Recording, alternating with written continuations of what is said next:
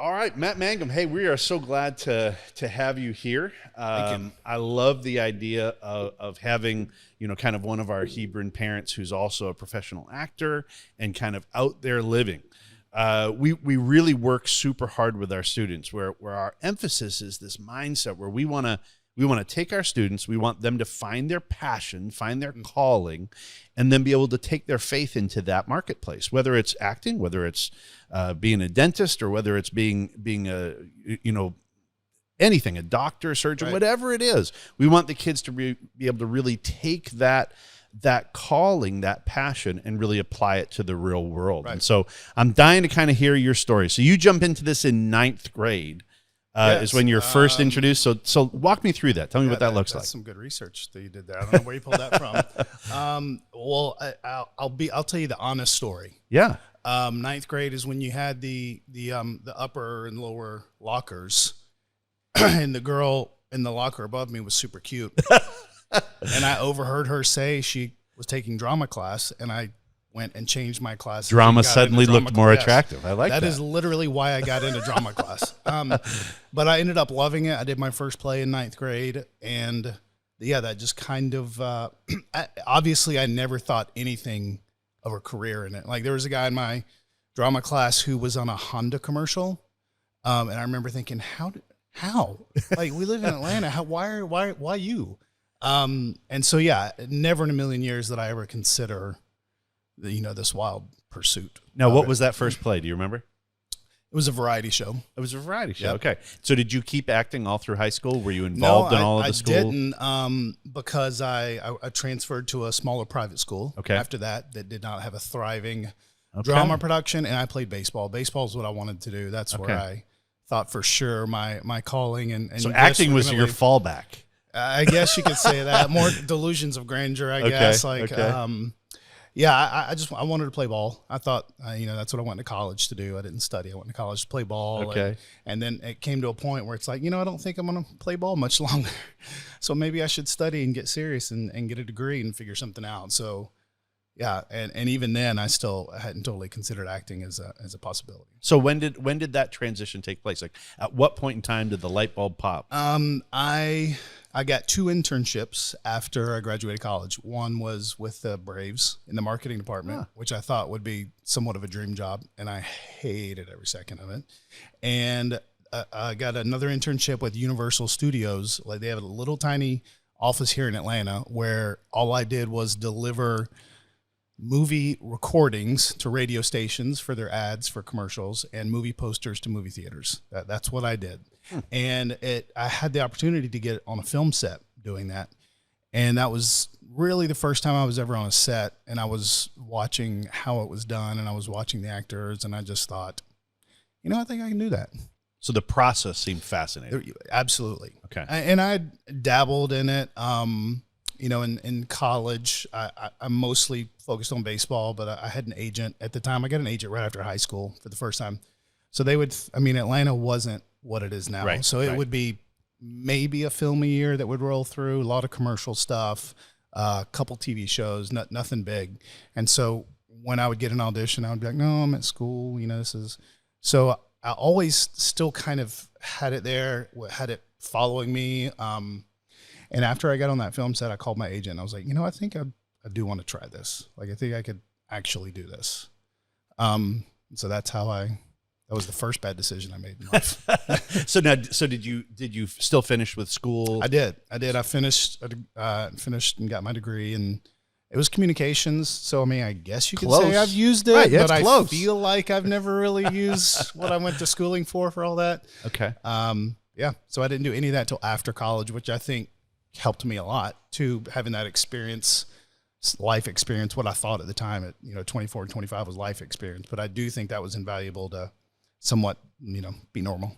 Now, like you mentioned with the idea that Georgia as a state, Atlanta certainly as a region, the film industry has just absolutely taken over. It's been phenomenal. I think in a very progressive way, our state stepped in with some of the tax credits and some of those pieces that allow film companies to do things a little bit cheaper here. You spent some time in LA, which I can't imagine an actor not having to spend some time in LA. Tell me a little bit about why you made that choice to jump into LA, and then what brought you back to Atlanta. I had some small parts here and there that I got on stuff in Atlanta. And honestly, I paid the bills being a double for actors, which is a great gig. It pays well. It's not what you want to do. I want to act, but I got to do it for, I mean, you name an A-lister, and I pretty much doubled them and watched them. And that was probably, to me, the best learning experiences that I've had is being up close and personal on set and watching literally some of the best actors in the world do it. And I was on a film and got to know one of the assistant directors, and he just kept telling me, man, you need to move to LA. You need to move to LA. Like, I think you do really well out there. Like, if that's really what you want, you need to do it. He offered me his place to crash at for a couple weeks till I could find my own place. And honestly, it was kind of a decision made in about a week. I wouldn't say much thought or prayer went into it. It was just kind of like, yeah, that's what I'm supposed to do. And so we wrapped on this film like on a Friday. I packed up my truck over the weekend, and Monday drove to LA. No kidding. And so, you were doubling on a film when you were introduced to that?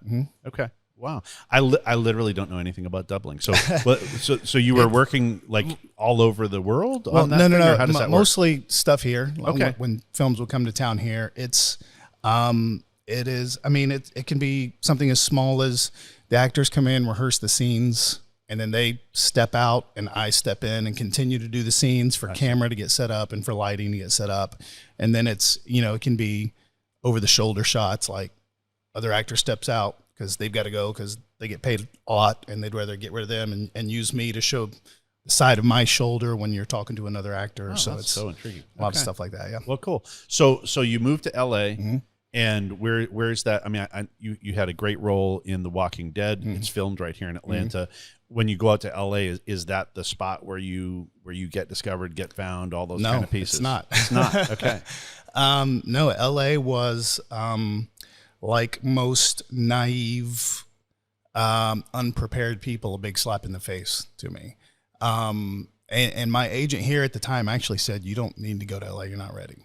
And maybe in my either wisdom or arrogance or narcissism, I was like, yeah, no, I think I should go to LA.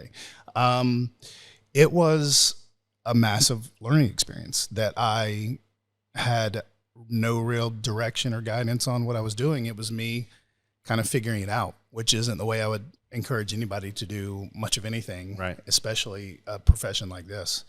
And so it was a lot of continuing to do a lot of doubling work. So I had a lot of connections that would give me work on that end of it. But when you're doing that, you're still shooting 12, 14 hours a day, which doesn't leave a lot of time for auditions, doesn't leave a lot of time to make connections on the other end of the acting world.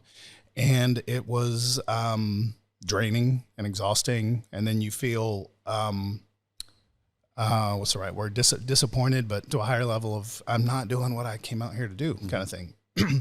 And then I met my wife, who was living in LA at the time, and we started dating, and that started to get a little bit more serious. And I thought, well, you know what? Maybe this is why I'm out here. So like I had a good run, like I gave it a good shot. I guess it's time to be an adult now. So I actually got my real estate license in LA. Yep. Stepped away from acting, but I don't think I ever truly will or did. So I would still have an audition occasionally, but it was not a focus at all whatsoever. And we both came to the point where we were just kind of tired of living in LA because it wears on you. It's an exhaustive place. So it's fantastic for a week if you go visit. Right. It is great place to greatest visit, place in the awful world place to live for a week. Yeah. I was just there last week. It's fantastic. Relate. Yeah. Right. It's great. Yeah. Don't move there. It's a place that wears on you. Spiritually, emotionally, like even relationally, like who's your real friends and who's in it because of what I'm like, it's an exhaustive place to live. Right. So we were spent. And so my wife grew up in the South some. She moved to LA when she was 17. So she was in her mid 20s at this time. So that LA was kind of home to her. So it was a big move for her, but she had been in the South and lived in it. So we came back to Atlanta. And that was the housing crash that we talked about when everything went down and the industry went into a writer strike. And so nothing was shooting anyway. And so I just continued to work real estate here for about until the housing crash. And that's when I started to go, you know what, maybe acting looks pretty good again. Yeah, and when you go from selling, somebody a starter home for $750,000 to a starter home for $110,000, right? The checks are different, and so you got to work a lot harder to make very little work that you had to do to sell one house in LA. So that to me, and that's another thing that I did that it's a job, but this isn't what I want to do. Like my heart's not in it. That's right. Yeah. So we're going to get to some of the roles and things like that, which I'm excited about. I've got to introduce the whole idea of faith, right? So kind of our whole discussion on this thing is about taking faith into the real world. And so now was she already on pastoral staff when she's in California, or she was worked for a church in LA, the LA Dream Center. Okay. And she had been on staff. She actually moved to LA to volunteer there. So she did like a 1-year volunteership and got hired on staff and was on staff for 7 years. So that's where we met. We met at church. Cool. I played guitar, and I played at my church here, and I wanted to get involved in the youth ministry because that's, I was still mid-20s and, felt like I could still relate to teenagers at that time. Right. And so I went to talk to her because she was the worship leader of the youth band. And she put me on stage, and that's just kind of how we met and got to know each other. Yeah. Very cool. And so now she's on staff here at 12 Stone, large church structure here in the Atlanta region, and functioning there on pastoral staff. So talk to me a little bit about how your personal faith, how does that work in an industry that is pretty secular, right? Yeah. I mean, it's a pretty wild industry. So how do you take your faith into that type of a setting? Graciously. Okay. Politely, kindly. What's really amazing. Well, first of all, I felt like I was, obviously I continued to pursue this because I felt like it's something God called me to do, wanted me to do, gifted me to do. And I felt like that was to win a dozen Oscars, to stand on stage at the Oscars when the entire world is watching and proclaim the name of Jesus. Mm-hmm. And you realize that that's just not really always the case. It's more about your little circle of influence. That's right. And so that was a transitional change I had to make, because I feel like when we talk about our callings or we talk about what it is God wants us to do to whatever industry, we always kind of see ourselves at the absolute peak of that. Like, only can I reach the absolute peak of this job, this industry, this business, then people will listen to what I have to say. And that's just not the case. That's a great point. And so the way I take it in is carefully. I build relationships first. I mean, I don't walk on a set on my first day and say, hey, I'm Matt, I'm playing John, I'm a Christian in real life. Just, I'm a Christian. Like, you don't do that. It's just all about building relationships, getting to know people, letting them do most of the talking. Sure. So that you can really start to understand who they are and see what their life entails. And the times that faith comes up, it's always very openly received because I've already built relationships with people. Right. And it's really amazing. I mean, for everything that, people, I'm going to say here in Atlanta may think of what the Hollywood industry is as far as it's secular. Yes, it is all that, but the extreme view that it may have, I've never really encountered a lot of it. People are still people. And they love relationships. And that's the thing, right? You're tearing down the walls to show them who you are. Afterwards, then being able to introduce your faith. Has it limited your roles? No, it hasn't. Okay. And there's, I'm open to doing a lot of stuff that people would deem sinful based on, I would never do that in my real life. I'll accept roles that I can do that or say that. And I think for me, one of the biggest parts of acting is that's how I've learned empathy, because I'm not a very empathetic person. But when you look at someone else's life and why they're doing what they're doing, why they're saying what they're saying, why they are acting out this way in a film, to me, it's such an incredible way to break down what people are going through, how to understand them, why they are doing that. And so my faith hasn't limited my roles because I'm open to doing things and saying things that a lot of people probably would think, well, as a Christian, you shouldn't say that in a film. Right. You shouldn't do that in film. But it really, another thing I had to learn is for an actor, it really is a separation of who you are. Right. It is not me. Right. You know, if I get to heaven and God wants to have a big conversation with me about it and he's mad at me because I said something in a movie, I don't know if that's going to happen. I mean, anyway, but I also think he has grace and he has understanding and he knows the world that I'm in. And luckily I haven't had to cross a lot of those boundaries. Right. But the longer I've been in the industry and the more I've been around it, what I've truly learned that for actors, I can do, you know, whatever we deem to be one of the worst scenes in the world, according to scripture. You did that scene, they say cut, and I can continue a conversation about faith with whatever actors I was talking with, because they're not going to be like, well, wait a second.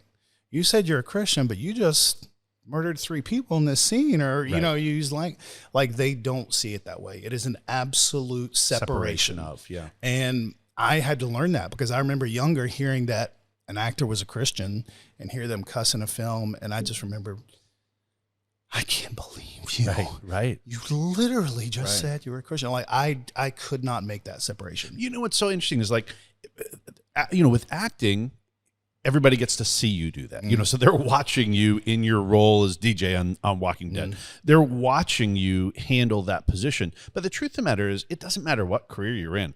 Every single career is wrestling with how are they going to apply their faith? What will be their lines? What will be the things that they're willing to cross and willing not to? How will they still honor the Lord in the way that they live? You know, and that's such, I mean, it's such a great grappling point on how our faith is going to be lived out in the real world. You know, so Walking Dead.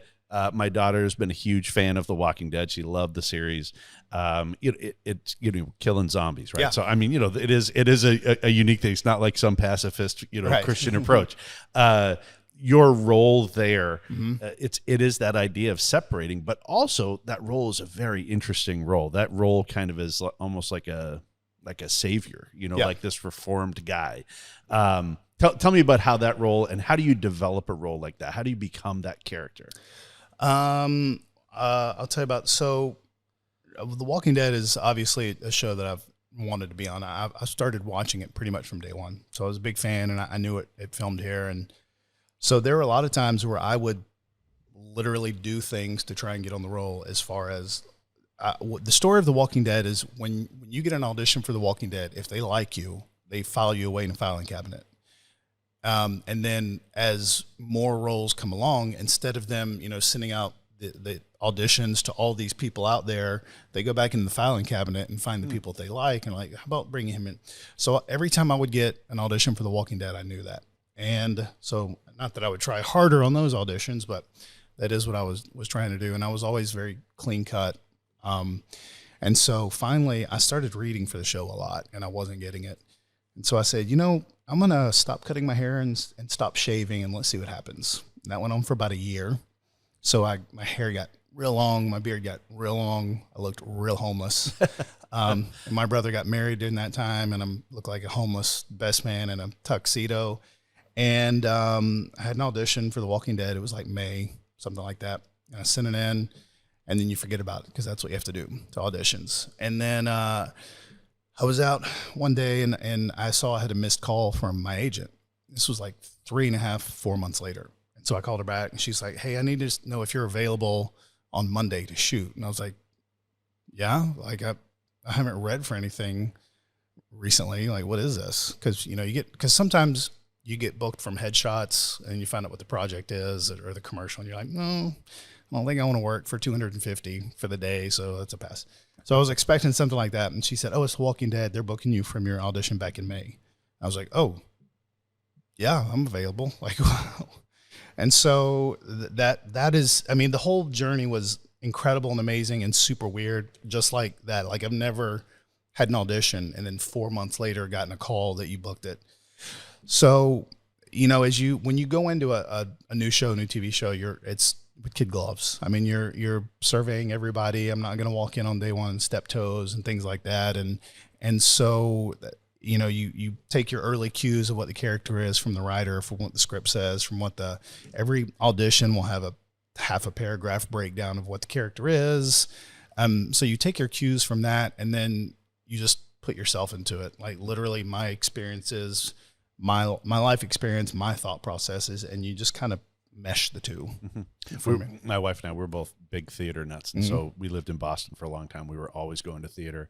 And that's the thing that I was always mesmerized by. Is just, I love the idea that this person who I've read interviews or watched them outside, but then they step into this role and they become, you know, a role that I've heard or read many times before. And I love that idea of just becoming this other person. It's like, you know, it's just such a fascinating process to be able to see it. It's playing dress up. Yeah. And like I said, for me, I've learned so much empathy from it, from trying to become someone I'm not, trying to get in someone's mindset that my mind does not work like that. Right. It never has, never will. But man, if my mind worked like that, I could fully see. Right. And one of my favorite things I've always heard is, you know, bad guys in TVs and movies don't know they're bad guys. Like they are fully justifiable in everything that they do. Every decision they make, they can fully justify the reason why they're doing it.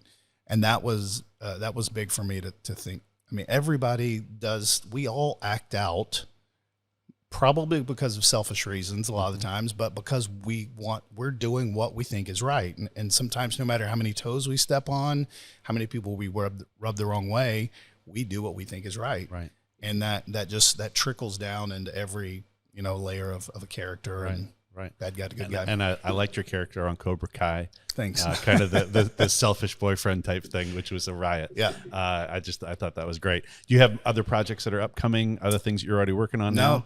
Auditioning. Okay. I had a couple projects wiped out from COVID, which was super fun. Right.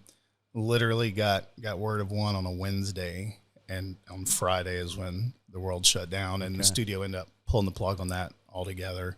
So no, it's just auditioning right now, cool. and we're in the slow season. It usually from May to June is the slow season.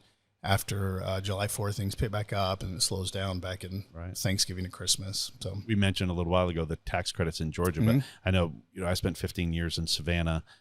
Super hot spot for films. Yep. Atlanta is a super hot spot for films, and so I mean, this is really a great place to be. Yeah, as it an is. actor, I would imagine. And you said earlier, I can't imagine anybody being an actor not spending time in LA, but now you can. Right. Like everybody comes here. Honestly, this is the place you go to start your career, because it's there. No kidding. There are so many things here, and the cost of living. Like, why would you want to move to LA when you can move here and probably work just as much? Right. And buy a house for a tenth of the cost. Yeah. So how about from a kid's perspective? So you have a couple of kids.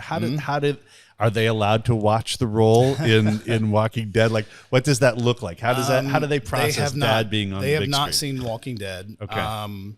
They've seen the end of me on The Walking Dead with my head on a pike. Spoiler alert for anybody who hasn't seen it. It's normal to them. Like, I mean, they've just kind of, I worked on one film where I was doubling another actor, but Morgan Freeman was on the film. And I'm not a picture person. Like, I'm not impressed by famous people. So when everybody else is getting pictures with famous people, I'm usually standing there watching just because I don't care. And they're just people. And I that's the other thing, is I try to treat, when I meet famous people, first of all, I don't care, but I also try to let them know, look, you're a person. I'm a person. There's no difference. And I was working on this film, and it was one of the last days, and everybody was taking pictures of Morgan Freeman, and I was just standing there, and he waved me over for a picture, and I was like, no, I'm fine. And he was like, he insisted. And so, I mean, you're not going to continue to say no to Morgan Freeman. Yeah, you don't say no. So I went over and took a picture with him, and my kids saw that, and I mean, they would be like, a movie would be on TV, and they'd be like, oh, Dad, there's your friend Morgan Freeman.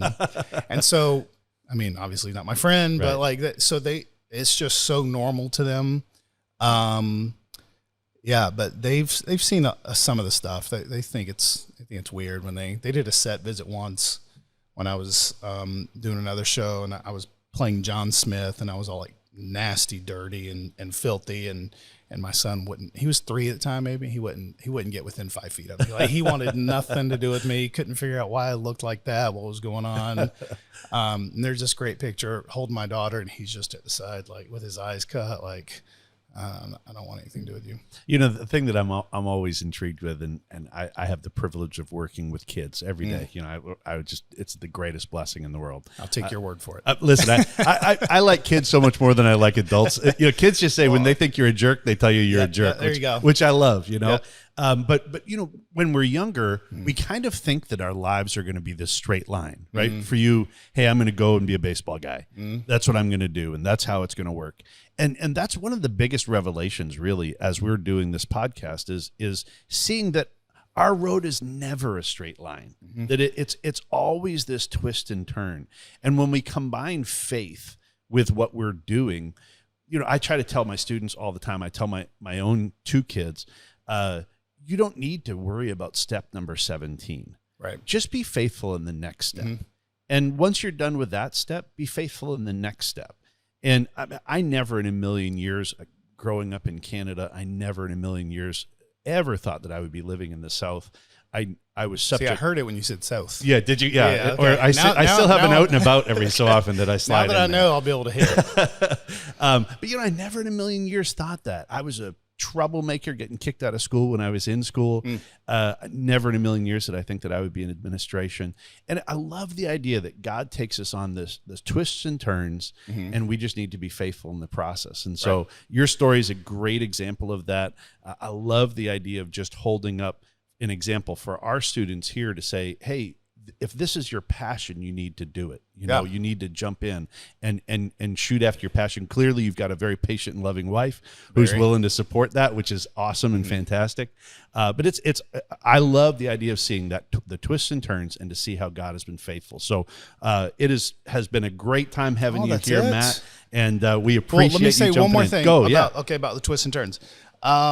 That's been continues to be a learning thing for me because, you know, I started acting at 14 and I thought, God, why didn't you direct me towards that? Why didn't you change what I thought I was supposed to be doing? Because I continued to pursue the baseball route, which took me to college, which, you know, I met certain friends in college I wouldn't have. And I think we start to look at that as like, maybe we missed God or we did something the wrong way. But yeah, I think it's more of like the twists and turns. I think he takes us to certain areas as long as we're listening and following him to learn different things, which are the building blocks of who we are and who we become. So yeah, we talk about the idea of like hindsight is 20/20. Haven't you experienced that where you say 100%? Like you'll see this experience, and in the middle of it, you say, "Why? Like, why would this have happened?" You know. And when I was a new believer, I wrestled for several years about just some of the difficult parts of my youth, my bad decisions. Why would those take place? You know. And then I realized I'm going to spend the rest of my life working with teenagers who make bad decisions. Right? Yeah. And so it was literally some of those bad things that have made me better at what I do, that God gets to use those things in my life. Yeah. It's amazing, Which right? isn't permission to go do bad things. Right. Yes. Make sure everybody hearing understands that. It's not permission. Yeah. But it is amazing to see how God can even take those broken parts, you know? So Matt, hey, kindred spirit, man. It's great. I'm going to have to line you up with some of our acting programs here. Sure. We are blessed to have a thriving program. Oh, we have. Both of my kids have done several plays here. They love it. Yeah. Very good. It's Second fantastic generation. here. I love it. Okay. Matt, thank you so much for coming in today to do leadership, the joy of leadership. Appreciate you. Thank you.